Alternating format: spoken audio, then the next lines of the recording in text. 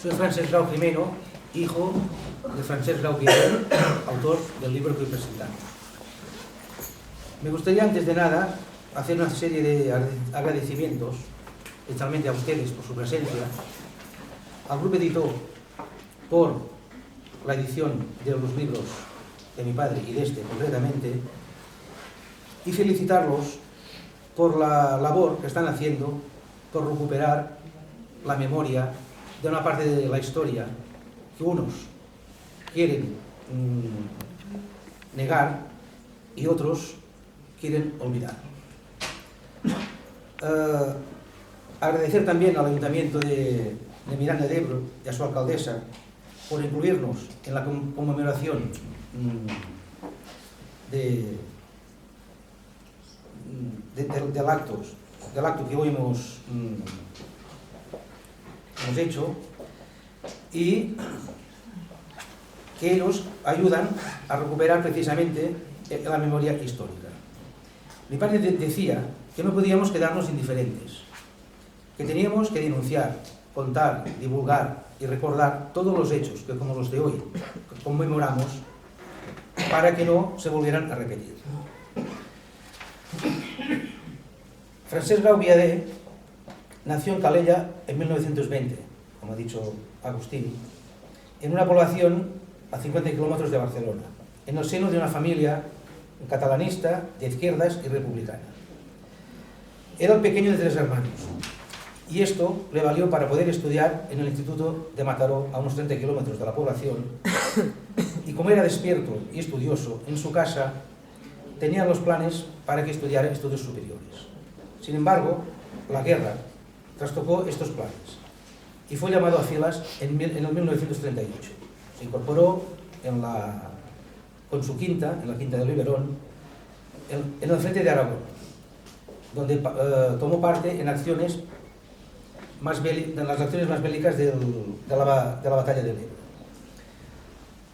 En 1939 fue hecho prisionero en Cubells por las tropas franquistas y deportado al campo de concentración improvisado de la Plaza de Toros de Logroño, que hoy tampoco existe, y después al campo de concentración de Miranda de Ebro, hasta ser destinado a los batallones de trabajadores en la sección de Granada, y más tarde creo que fue a San Roque, en Cádiz.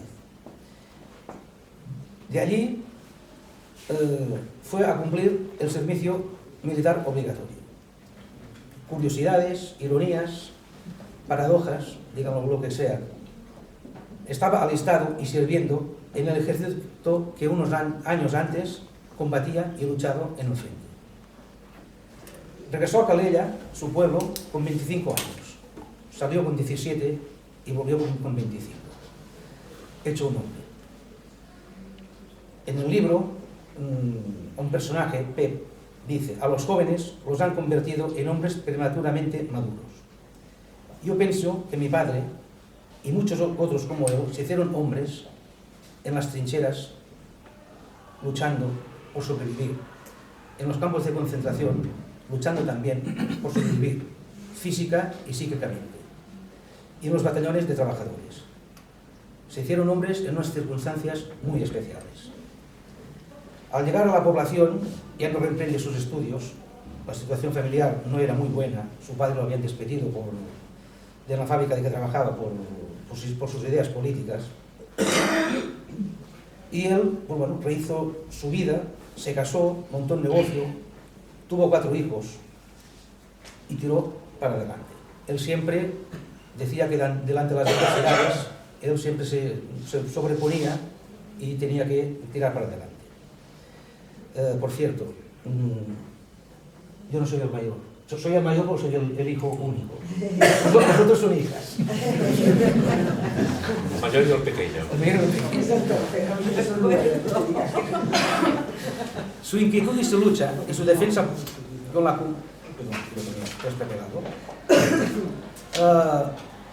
por la lengua catalana lo llevó a obtener el título de profesor de catalán. Y hasta 1982 dio clases en las bibliotecas de las poblaciones de la comarca. Creó la sección cultural y un certamen literario en una cooperativa de la ciudad. Fue cofundador de una revista, La Tralla, director del Nunci, redactor de Reporter y otras revistas. Colaboró en El Pont y Laments, publicadas en Barcelona. Su afición a la literatura y a la escritura lo llevaron a probar y a ganar algunos certámenes literarios. En 1978, como ha dicho Agustín, publicó dos líneas totalmente paralelas, y más tarde Rúa de Captivos, hoy Cautivos y Desarmados.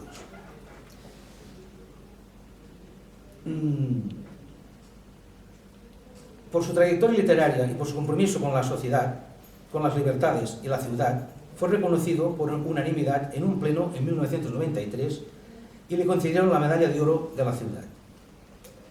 Mi padre, cuando era pequeño, era un héroe.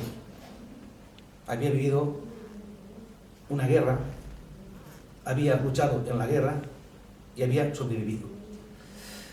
Lástima que la perdió. Pero bueno, para mí sigue siendo un héroe.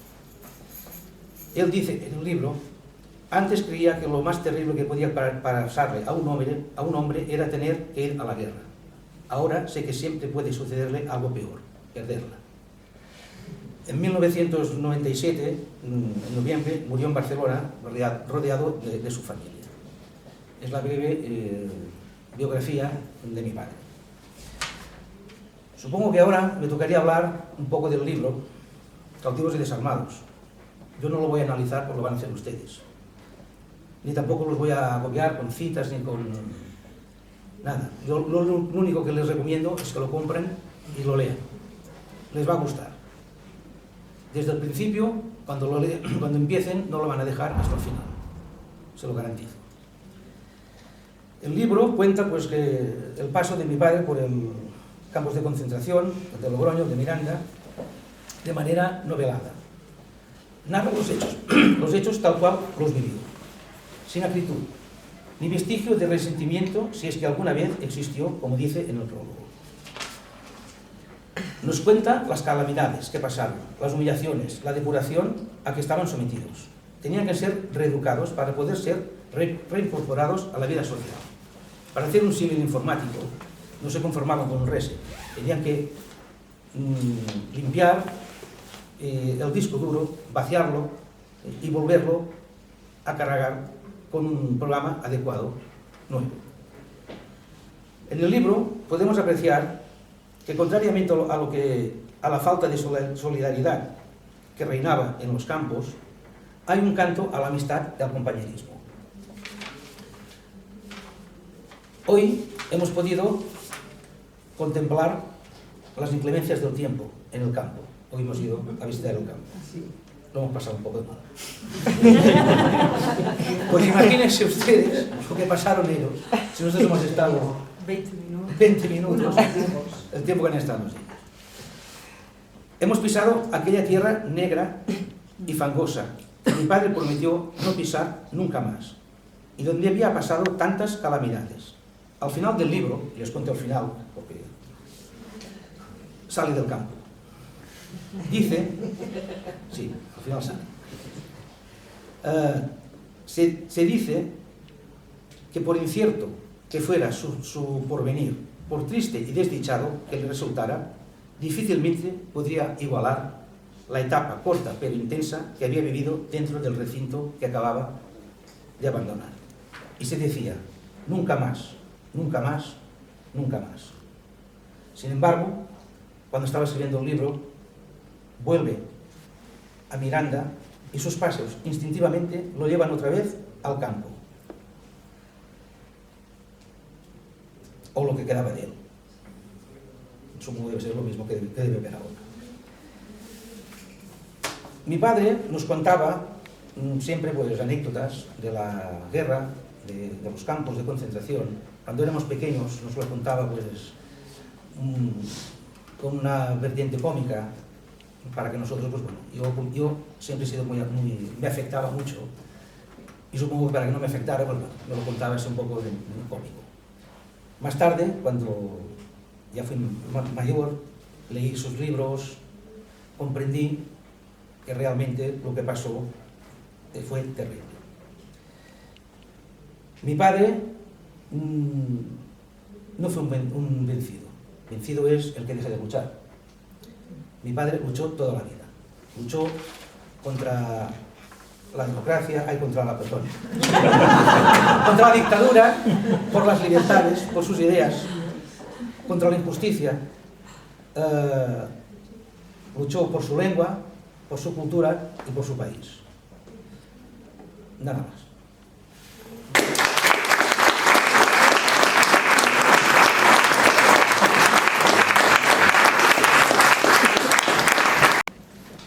Que os sitúo, es un...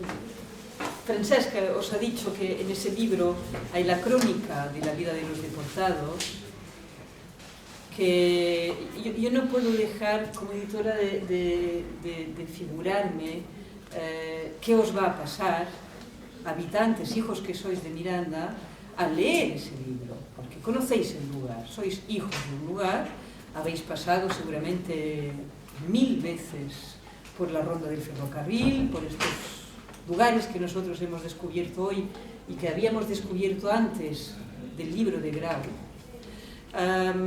Cuando sepáis concretamente de la vida de los personajes que vais a descubrir en el libro, porque efectivamente lo que contaba Agustí, de que hay pocos relatos escritos por deportados en los campos franquistas, hay muy pocos, pero además hay pocos relatos que hayan utilizado los recursos de la novela para transmitirnos realmente la vivencia, no los hechos, la vivencia. Es decir, ¿qué les pasaba interiormente a aquellos chicos de 18, 19, 20 años que estaban encerrados allí sin saber hasta cuándo, sin saber si iban a sobrevivir, sin saber lo que iba a pasar, con la incertidumbre, no solamente con los castigos y las inclemencias, sino con la absoluta incertidumbre, con el miedo. Eso os espera en este libro, pero más allá de eso os espera lo que decía Francesc, que es un canto a la amistad. Yo creo que este es el gran motor del libro, es la razón de ser del libro, seguramente es la razón de ser del libro como novela. Una novela es un lugar donde los hechos los vemos a través de unos personajes recreados por el autor. Y los personajes que recrea Grau son los compañeros que lo salvaron y fallecieron. Es eso. Son sus amigos del frente, aquellos con los que pasó toda la batalla del Ebro, que se salvaron mutuamente una infinidad de veces, quién por ir a buscar al compañero herido, quién por ir a buscar agua cuando otro se estaba muriendo de sed, y que no resistieron lo que Grau resistió. Es esa cosa que en todos los libros de gente que ha padecido la deportación, sea donde sea, claro, el que escribe es el que sobrevivió, y el que sobrevivió es perfectamente consciente de que sobrevivió él y no el otro por pura casualidad. Y que hay algo muy tremendo en esa casualidad, y un deber muy profundo, que es un deber no de carácter abstracto y obligatorio, sino cordial. Es devolver la palabra al que era tu amigo y ya no está. Entonces os voy a leer un pasaje que os dará también un rasgo muy presente en ese libro muy hermoso de Francesc Grau, que es a veces el carácter tragicómico de las cosas. Tragedia sin duda, pero tragedia a veces con rasgos que no puedes dejar de reír, porque pasaban cosas que eran picarescas en el campo. Y aquí os voy a leer un pasaje que es cuando el narrador, que no podemos dejar de identificar con Paco Grau, está acompañando a su gran amigo Barceló a la enfermería, cuando en realidad Barceló ha sido castigado durante una noche entera a permanecer fuera con no sé cuántos grados bajo cero, castigado por haber orinado por la ventana del barracón. El crimen que ha cometido es, en una noche de invierno, haber orinado por la ventana del barracón en vez de salir, cruzar el campo entero, ir hasta el río donde hay el barco, a orinar. Lo castigan al palo, expuesto la noche entera afuera, atado a un palo, y a raíz de eso, Barceló, que ha sobrevivido a la batalla del Segre y a la batalla del Ebro, que son las más mortíferas de la guerra civil, muere a los 19 años. La escena que os voy a leer es cuando todavía se puede tener alguna esperanza de sanar, y en que Francesc Grau, el narrador, lo acompaña a la enfermería a ver si el médico le receta algo que permita que pueda sobreponerse a la, imaginamos que neumonía que ha contraído durante esa noche de invierno. Vais a asistir, por lo tanto, a una visita médica. Aunque la cola no era muy larga, nos tocó esperar más de una hora a la intemperie antes de que llegara el médico. Era un hombre bajito y barrigón, rojo de cara, con la nariz carnosa, que trataba a todo el mundo de hijo, lo que no quiere decir que hubiera atendido a su hijo como a los presos que iban a visitarlo. El reconocimiento se hacía en una habitación contigua a la enfermería y los enfermos iban pasando por delante de él al tiempo que recitaban sus dolencias. Cuando el médico, sentado en una silla de brazos con respaldo alto, comprendía que el enfermo necesitaba tratamiento, invariablemente le recetaba una aspirina. Cuando le llegó el turno al chico que nos precedía, el médico le preguntó qué le pasaba. El muchacho, alto y escuálido, de aspecto tímido, le contestó en voz baja: «Habla más alto, hijo, que no te oigo». Pues, me corro en sueños», balbuceó él, avergonzado. «Esto no es ninguna dolencia, hijo, al contrario, a tu edad es muy sano». «Es que me ocurre todas las noches y algunas hasta 2 veces». «No es nada importante, hijo, un poco de espermatorrea producida por la inactividad. Esto se solucionará cuando vayas al batallón de trabajadores y hagas ejercicio con el pico y la pala. Dale una aspirina y que se la tome antes de acostarse», le dijo al soldado que le servía de ayudante. «¿Una aspirina?», preguntó extrañado el chico de los orgasmos oníricos. «¿Qué quieres, hijo? No pretenderás que te recete una chavala para que te asores, ¿verdad?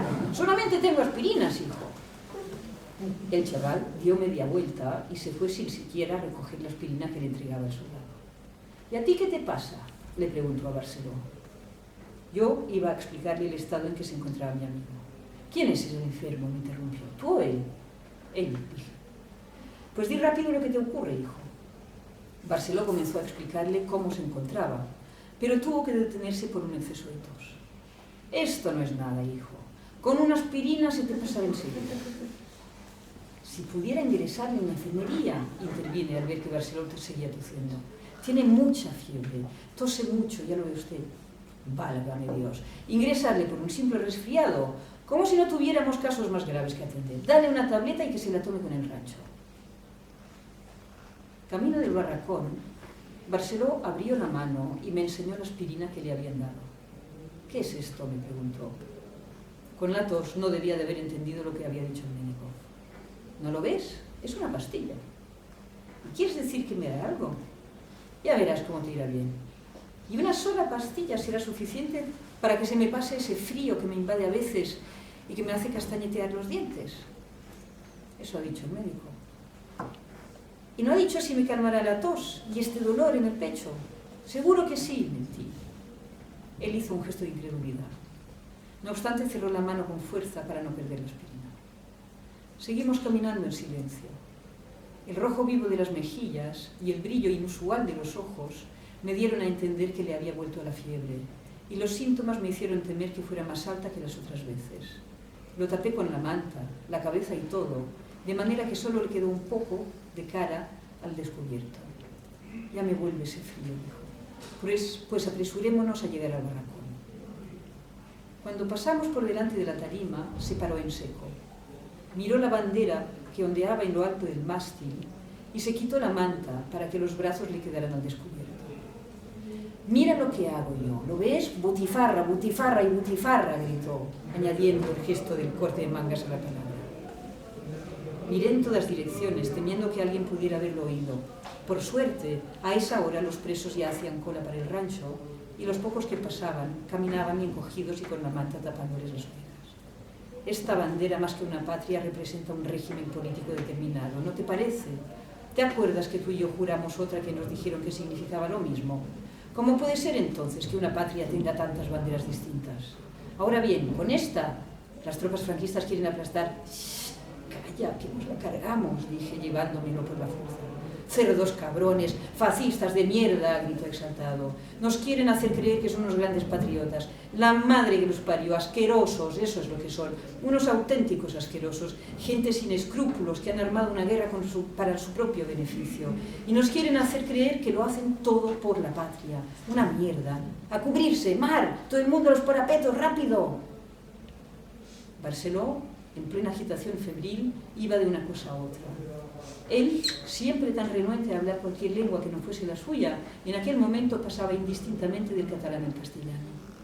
Ahora ya no se cantan los himnos, ¿verdad? Las cosas no les deben de ir muy bien, están cagados. Les da miedo que los castiguen a todos a ir al mástil. ¿Quién ha dado la orden de retroceder? Todavía podemos vencerlos. No será poca cosa esta mierda de pastilla. Y del cura. ¿Qué me dices del cura? Mucho predicar, predicar, predicar. Cada domingo lo tenemos aquí arriba, gritó fuera de sí. Pero la noche que me sacaron castigado no estaba, ¿verdad? Mira, mira que les hago a todos. Y de cara a la tarima hizo con el dedo un gesto obsceno cargado de rabia. Os da el tono. Esta es una de las pocas escenas que hay de rebelión, de indignación completamente descargada, con furia, en un momento en que, desde luego, Barceló, lo habéis escuchado, está ya perdiendo la noción de las cosas por culpa de la enfermedad. En el capítulo siguiente, prácticamente, asistimos a su muerte. Me gustaría dejaros tiempo para intervenir, hacer preguntas o comentarios o lo que queráis, porque no quisiera acabar sin deciros que en realidad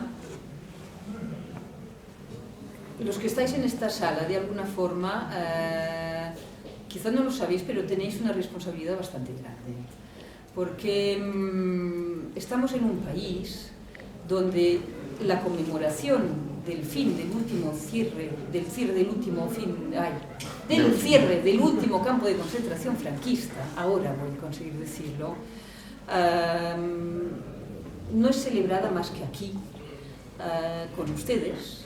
Es una cosa que dice mucho de lo que comentaba Francesca acerca de su padre, de la conciencia que tenía su padre, de un desconocimiento, pero no solamente desconocimiento, lo has dicho muy bien. Hay por un lado los que niegan y por el otro los que quieren olvidar. Esa voluntad de olvido, que es la voluntad de olvido del que ha sufrido, que es algo muy comprensible. Pero el descendiente del que ha sufrido, nosotros, ¿qué vamos a hacer con estos hechos? Y me podéis preguntar, ¿para qué acordarse? Yo diría, una cosa que uno siente mucho leyendo este libro y libros como este, es que lo que se enseñó, lo que dieron los campos, el fruto de los campos, es la resignación. Y esa es la herencia que quiera uno o no ha recibido, y frente a eso yo creo que efectivamente plantear actividades fomentadas por el ayuntamiento, actividades de carácter cultural en el sentido de ir a conocer y a comprender unos hechos, actividades ojalá organizadas de cara a los escolares, para que sepan que en el lugar donde están ellos creciendo pasaron estas cosas, son gestos necesarios, y que si es que llegáis a leer ese libro, si es que creéis que tiene un interés, de alguna forma darlo a conocer a vuestro alrededor puede ser algo que, por modesto que sea, haga una diferencia. Y ahora sí me callo y os cedo la palabra.